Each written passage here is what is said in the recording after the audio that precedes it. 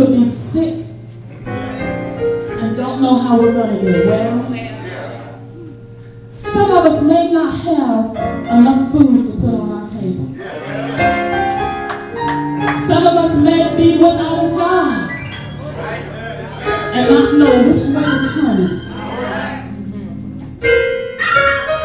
But I want to tell you that it really is going to be okay. You know why? Because God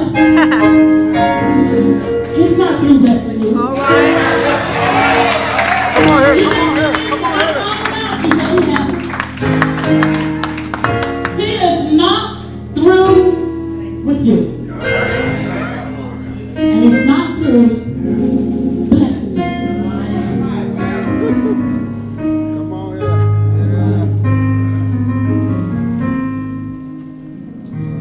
You've been waiting on a blessing, and it seems it just won't come.